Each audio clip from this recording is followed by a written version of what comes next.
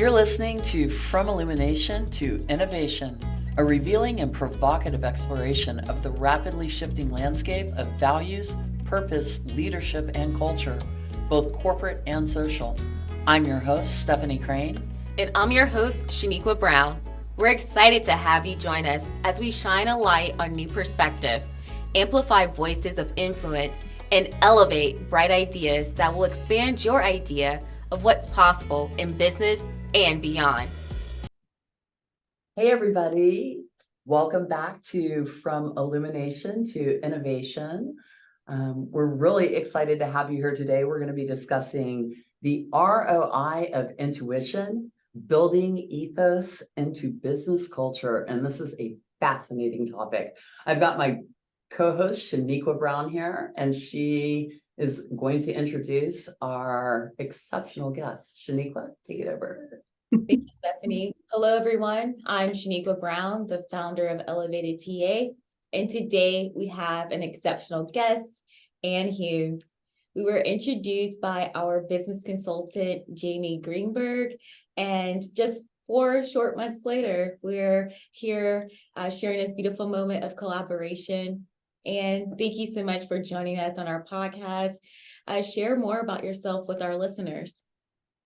Sure. Thank you, Shaniqua. And thank you, Stephanie. Thank you both for having me here. So I'm Ann Humes. I'm the Chief Solutioneer at the Pivotal Path for Inflection Point Solutions. And I help business owners and business leaders navigate critical inflection points so they can actually accelerate through them versus picking up the pieces afterwards when they've missed it. So thank you again for having me on.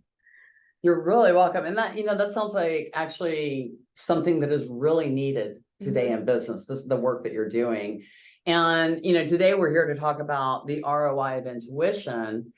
And the first thing I want to start with you to just ask you is, why is intuition even important in business? Why does it matter? Oh, I think, and really the thing that I want to talk the most about is, like, how do we demystify this idea of intuition? And there actually are scientific studies in neuroscience that it is a real thing.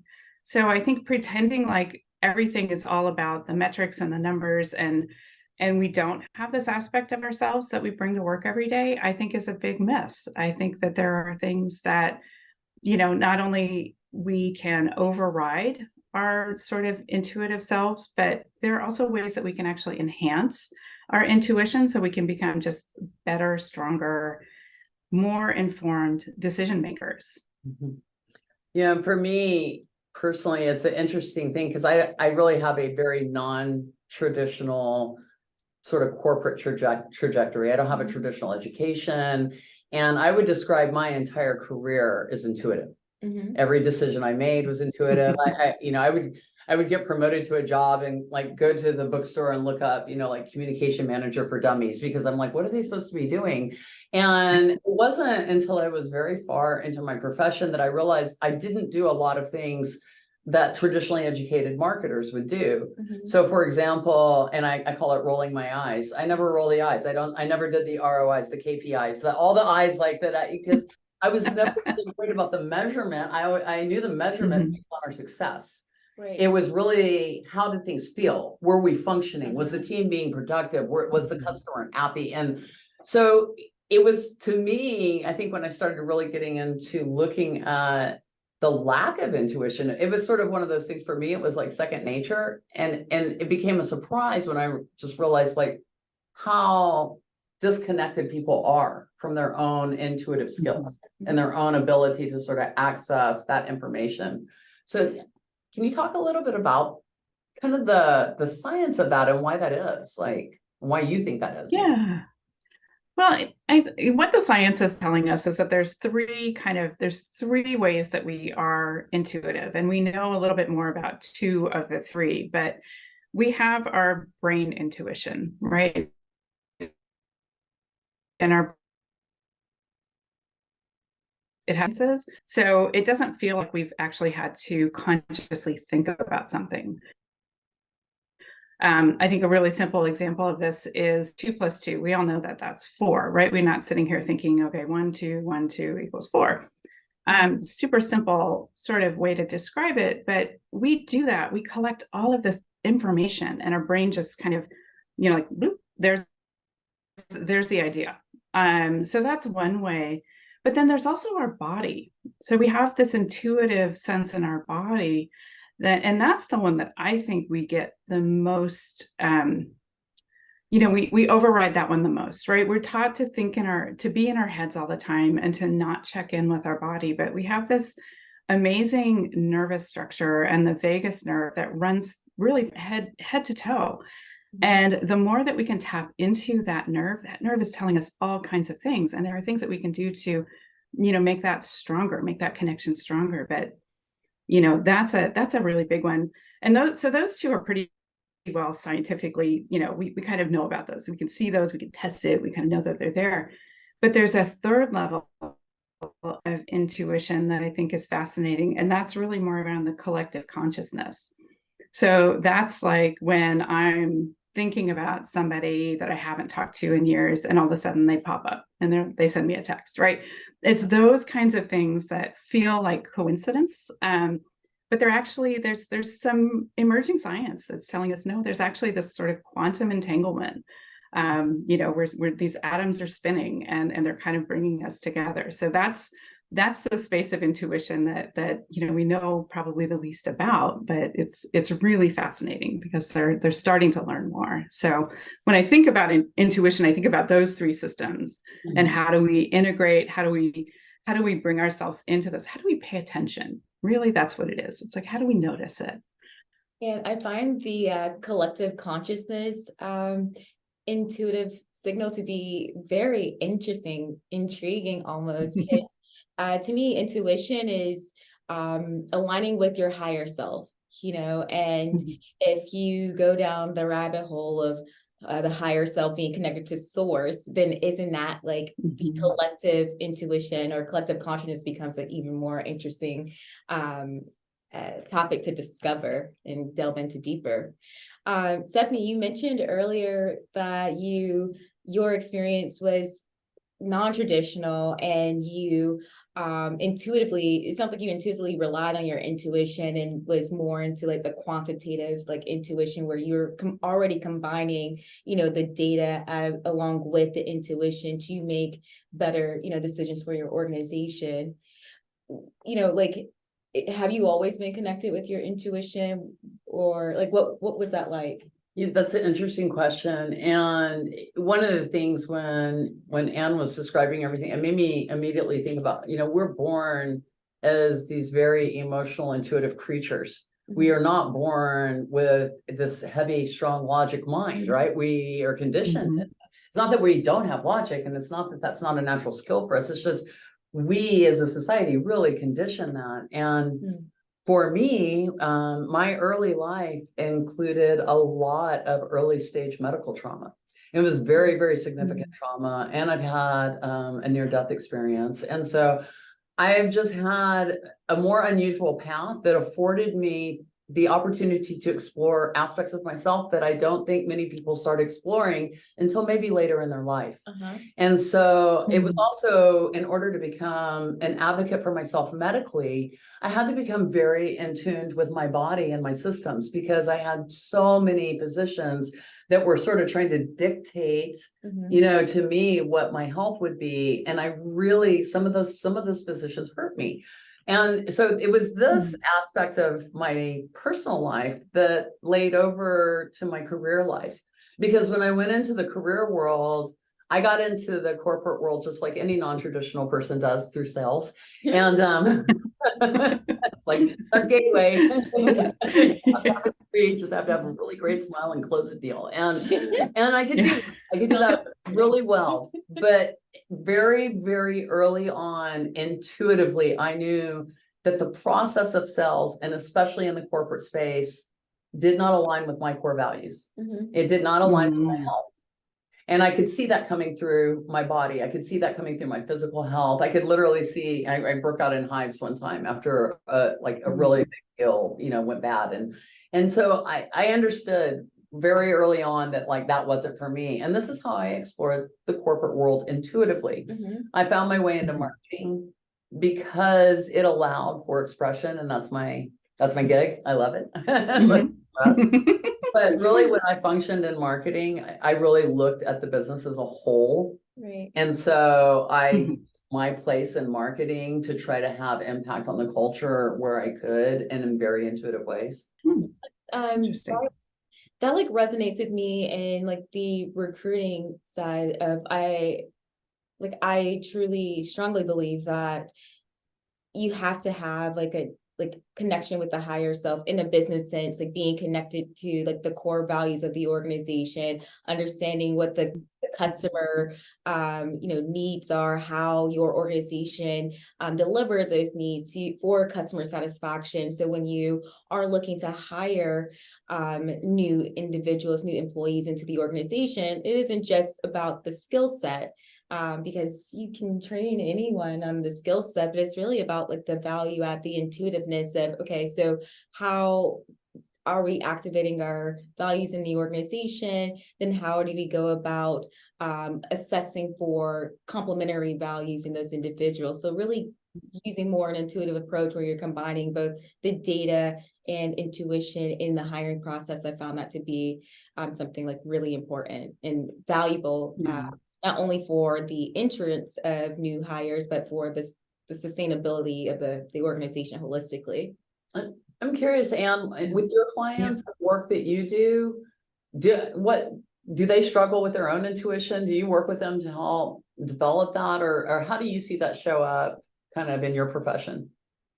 I do. And I have several kind of tools that I use, coaching tools that I use. And to really help them kind of open this space up, and to Shaniqua's point, understand what their values are. Very often people they're just really unsure. So when I'm working with them, I can ask them questions, or I can have them kind of go a little bit deeper to kind of uncover what some of that is. And another way that I work with them is thinking about where they are on kind of a spectrum of, low to high energy. So lowest energy being hopelessness, highest energy being synchronicity. So where are they on that? And what does it take to move them through those phases so they can actually kind of get into the higher levels of energy? Because it's actually, they're going to get more results with less effort when you're up, kind of when you're up in that, like what Shaniqua was saying is like when you're connected to source, when you're connected up into your higher level self. But it takes a lot of work to understand what those values are and to understand what's important to them, because, so often people are like, oh yeah, I value family. And I'm like, okay, let's dig on that a little bit. What do you, yeah, okay, there's kind of some things that people will just kind of say that I think that they feel like they are supposed to say. I call them some aspirational values. Yeah. But they're not spending any time with their family, and they're not actually, exactly. So it's like, is it really a value, and and I think it's okay that those things maybe aren't at the top of your values. I think that because I think we feel like we have to say some certain things. So I think really kind of getting down into the core of what really makes them tick. Where are they curious? What do they daydream about? And that's another thing too. It's like getting into that default mode network in our brains, letting ourselves daydream a little bit. That gives us so many opportunities to uncover solutions. We forget to daydream.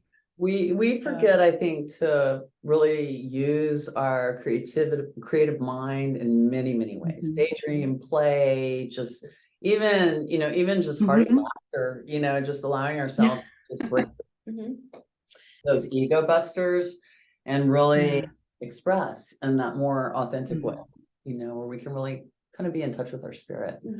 And when you're I think about like I am someone who's like young at heart. Some may describe me as such, and I love daydreaming and playing. I will do a cartwheel right here, right now.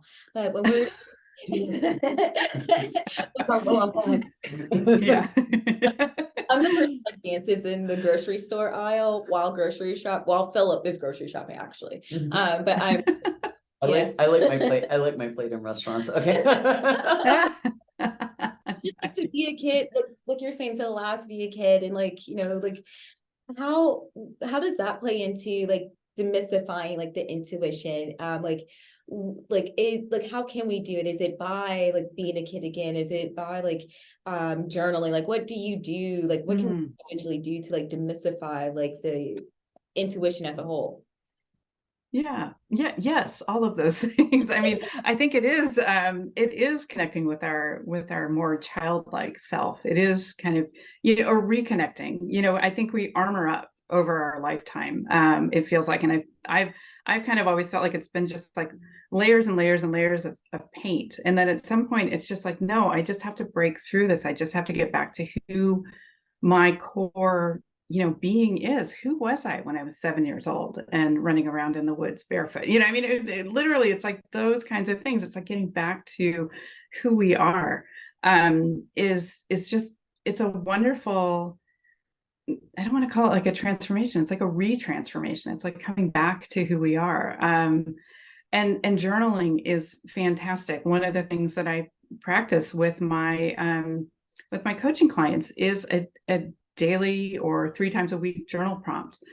And they have just repeatedly said they get so much out of that because they are learning about themselves as they're writing. Things will come up and surface that they didn't know were there.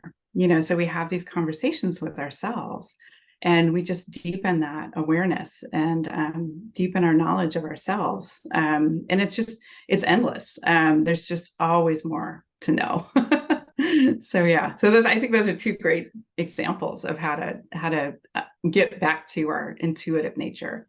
I'm curious if, when I started coaching, I transitioned from consulting and into coaching and, working with the same people now, but different things. Right. And it's sort of kind of an interesting process to go through. And one of the things that kind of right out of the gate, and again, this is me where I'm just like, intuitive my whole life. That's fine. Okay. It's like, isn't everybody? So it's like when I started, working with people at that more emotional, intuitive level, how many people would say these exact words? I don't have feelings. And I would just stop and be like, but you do.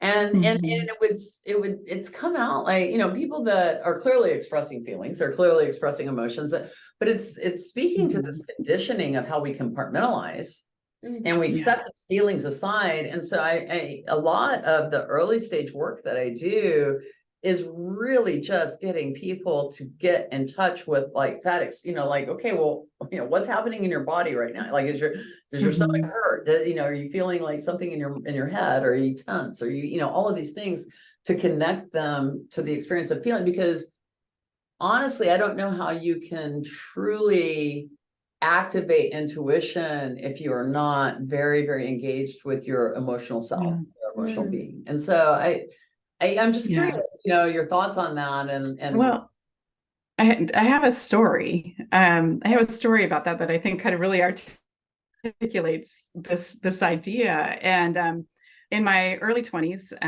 I was dating a man, and he eventually became my husband and then my ex. But every day at work around 2:30, 3 o'clock, I just feel like this terrible stomach ache. I mean, just terrible stomach ache. And I was just like, oh, it's because I had to wear a uniform. This was in a hotel. It's like, because they never fit. And, it's like, oh, it's because the waistband's too tight, or I had milk at lunch, or I had something I shouldn't be, and I just had all of these reasons why this was happening every day at the same time of the day, which was about an hour and a half before I'd go and see him. And it wasn't until after I'd been married to him for 19 years, we got a divorce, 2 kids together, that I realized, I was like, oh my goodness, my body was desperate to tell me, no, this is not the path. And yet I overrode it. And, so I think it's like really kind of getting into ourselves when those sorts of things happen, and really trying to understand what's going on. And we have such strong defensive mechanisms. We are conditioned, at least, I don't know if it's a generational thing. I'm hoping that the younger people now have been given different advice, but I think we've just been conditioned for so long to not pay attention, right? The whole sticks and stones will break my bones, but words will never hurt me, right? We know that that's not true, but yet that lives in us, that exists inside of us because it's been imprinted. And until we can kind of bring that out to the surface and say, okay, that's no longer my truth, that's when we can start to kind of, get in. So as a coach, it's uncovering, it's peeling back the layers on those different, those messages. I say that they're living in our head rent free.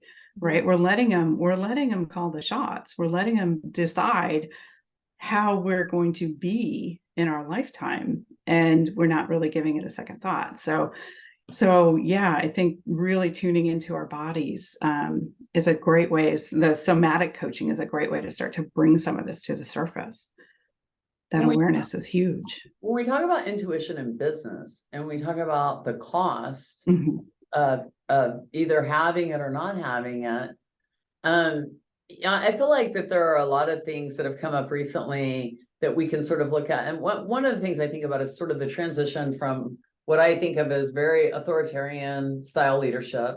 It's very dictatorial. It really is compartmentalized, very hierarchical, very structured. And that type of leadership, I tend to align it towards more military style leadership, where I think it serves a very valuable place in certain environments and certain perspectives.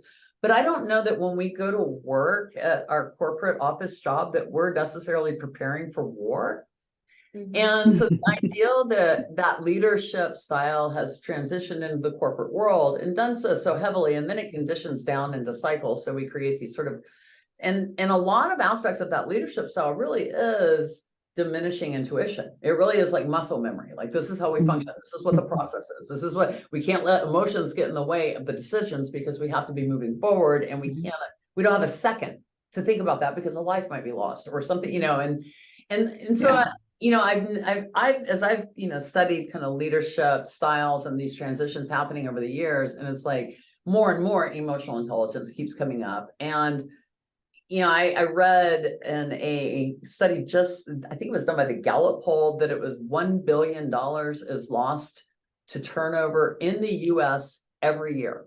$1 billion is lost. And they break it down by numbers in terms of and why the employees are leaving, and they broke it down to what it actually cost an individual company of an average size is basically $2.5 million a year, and it's pretty substantial. And a lot of that, I think, really comes down to these leadership styles that are no longer serving us, but not really educated the next generation of leaders to understand, where they can expand and how that can grow. And so I'm just curious, again, your thoughts on that. And well, I think you've hit exactly precisely on a significant inflection point. And where I see this showing up is the whole return to office, where it's mandated, where people are being mandated to return to the office, right? It is that sort of authoritarian. It's like, if I can't see you work, then I'm going to assume you're not working.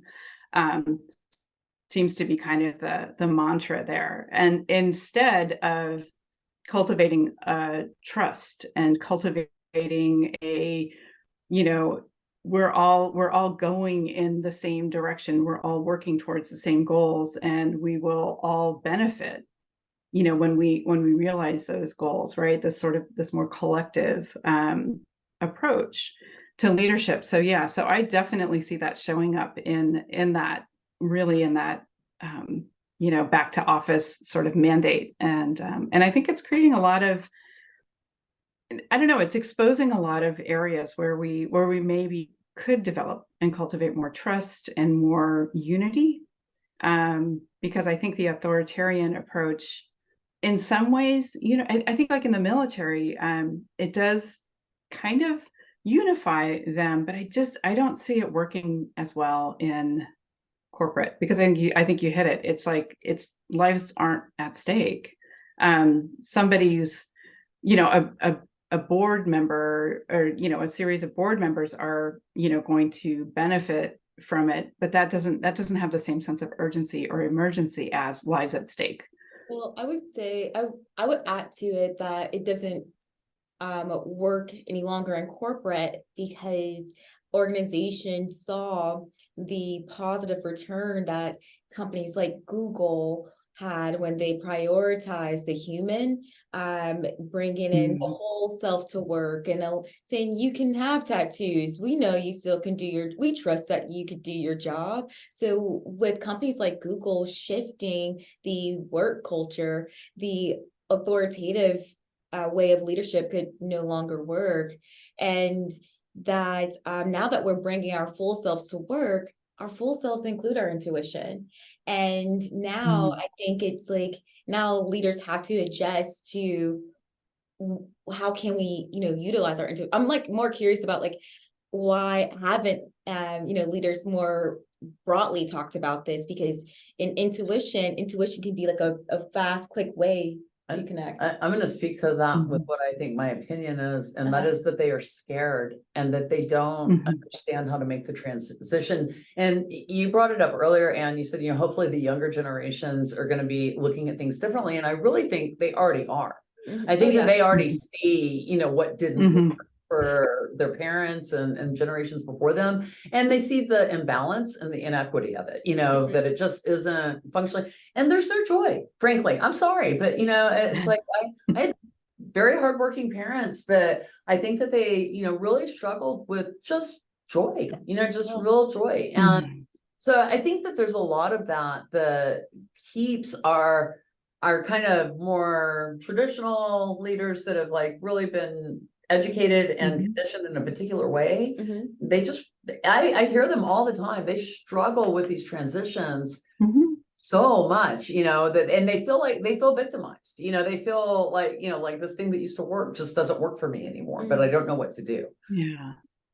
Well, and I think that there's something that's interesting there. And, when I was describing kind of the notion of intuition is just this, our brains collectively kind of coming up with a conclusion. And we have to remember that in there we have, we're going to be pulling in some of our own biases as well. So if we have a bias that says that, if I can't see you working, then therefore you're not working, right? That starts to feel like that's their intuitive hit, right? Because it's a bias that's running in there. So as their coach, I would lean in on that and say, like, let's really examine that, because if that's no longer true, I have been working in some sort of remote capacity since 1999, when we had a phone and email. I mean, there was no video, and I worked, at a pretty high level corporate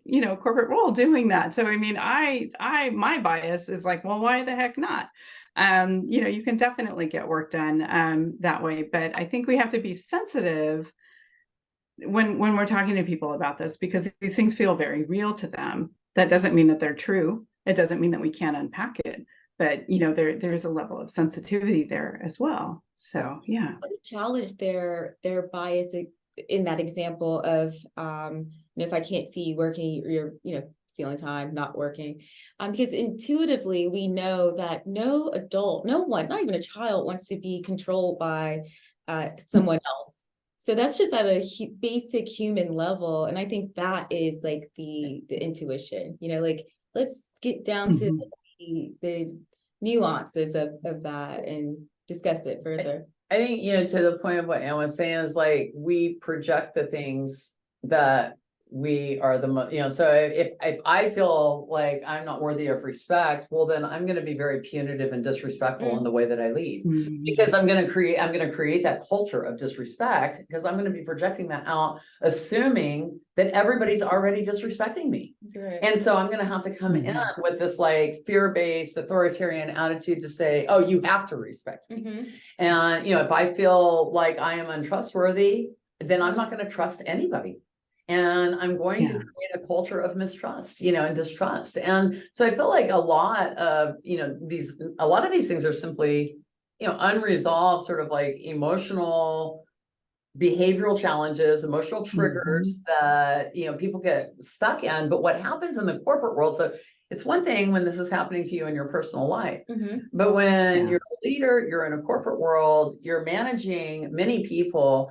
LinkedIn did it was either LinkedIn or Gallup, I can't remember which, did a study that said your manager, I think 69% of people like identified that their manager had more control and impact over their health than anybody in their life, including their spouse, their doctor, and their therapist, because that manager holds your livelihood in their hand.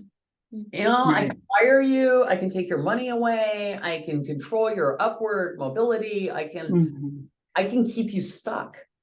Yeah. Well, it's a status thing too. I can make you look lower status. There's a lot that goes into that. To do that manager is really shouldn't be managing.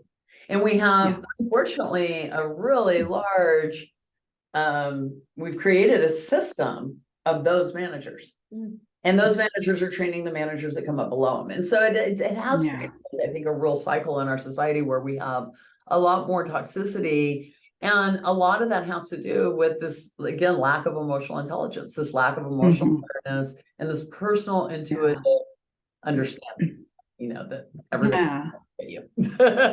Well, and there's a way that I think about these. I think you hit on it with these kind of hidden beliefs that we have, or these these hidden insecurities that we have. A lot of the times these are developed really early in our lives, when we're just forming language. We set up these sort of, I think of them as kind of like contracts with ourselves, and it's usually I will never be like, or I will never do something. We have these contracts inside of ourselves that we developed at a very young age. And unlike baby teeth, right? Like we grow baby teeth and we lose them when we become an adult. We don't lose these early beliefs, right? Until we take the time to examine them, to look at them. And so we don't even really know that these things are running in the background. I know one of the very first ones that I developed as a child was I always have to take care of myself. I will always have to be ready to take care of myself. And there's a whole bunch of baggage behind that. But once I knew that about me, then I was like, well, no wonder I do all these things. No wonder I make these decisions the way that I make them. No wonder I'm so critical of myself. Because it's, I'm bouncing everything off of this, like, is this making me more capable of taking care of myself? So I think that there's that, and that's the work of a coach. That's the work of a coach to really examine that, help people see that and examine it. And once it's out, it's like, oh yeah, no, that no longer serves me. Do you think enough organizations realize that their leaders really do need coaching right now? No, not even close. I think people think that it's a luxury and a nice to have, for sure. But when I speak to business leaders and CEOs and the people who have really kind of risen to the top, every single one of them will tell you that they could not have done it without a coach, without somebody reflecting back to them what's actually going on. We have to do these things in relationship. It's very difficult to do them on our own. And, we can do some journaling, and we can do some, we can read books, and we can kind of start to uncover it, but it goes faster when you have a coach. I always analogize it to why I go to a hairstylist, because I might be able to get it all right, but that part in the back that I can't see, it's going to look like really bad. Well, yeah. like a dentist can't drill their. I might not even touch it. It just might not. Yeah. And so, right. Yeah. So this is where, this has been, first of all, I think a great conversation. I think we're probably going to have a second part 2 on this one, because we go so deep in it. Yes. But as we come into a wrap up on this, and you were already kind of going in that direction, like, what are some things that we can give people to kind of Mm. help them move towards exploring their intuition more? And maybe if they're not ready, Yeah. just bring on a coach. But what are some things that we can kind of help people, get into the space? Yeah. Yeah. Well, I think, we kind of talked about journaling, and we talked about, daydreaming and letting ourselves, kind of really get into the other parts of our brains that don't tend to be kind of as high intensity in the, regular work day. I think those are two ways to kind of ease ourselves into it. But another thing, and I talked a little bit about the vagus nerve and the importance of that in intuition. Learning how to tune your vagus nerve is really helpful. And diet and exercise really, really helps. So if the diet culture hasn't kind of landed on you, really, whole foods. Whole Mhm. foods, exercise, movement, breath work are all really helpful for your vagus nerve. But if you are feeling a little bit like, agitated and like a little out of sorts, humming is another way to really bring your vagus nerve into check. And I've never met a person who hums who isn't a happy person. So, remembering to yeah. to just hum a little bit, because that just resonates and helps bring that it helps calm that nervous system down. So that helps you also tap into that. So those are like three, I think, kind of quick and easy ways to be more intuitive, but then also just be aware. Watch for those little pops, watch for those little flashes, those little pictures. You're talking to somebody and all of a sudden it's like a dog, you see a picture of a dog. Ask them, like, what does a dog mean to you? A little black and white dog. What does that mean to you? Because it might be one of those like moments where you've got that quantum entanglement. You never know. It's fascinating work. So No, I love that. yeah. Having that like mental awareness of what's coming in your mind and why. It's not all random. Yeah. It's not. No.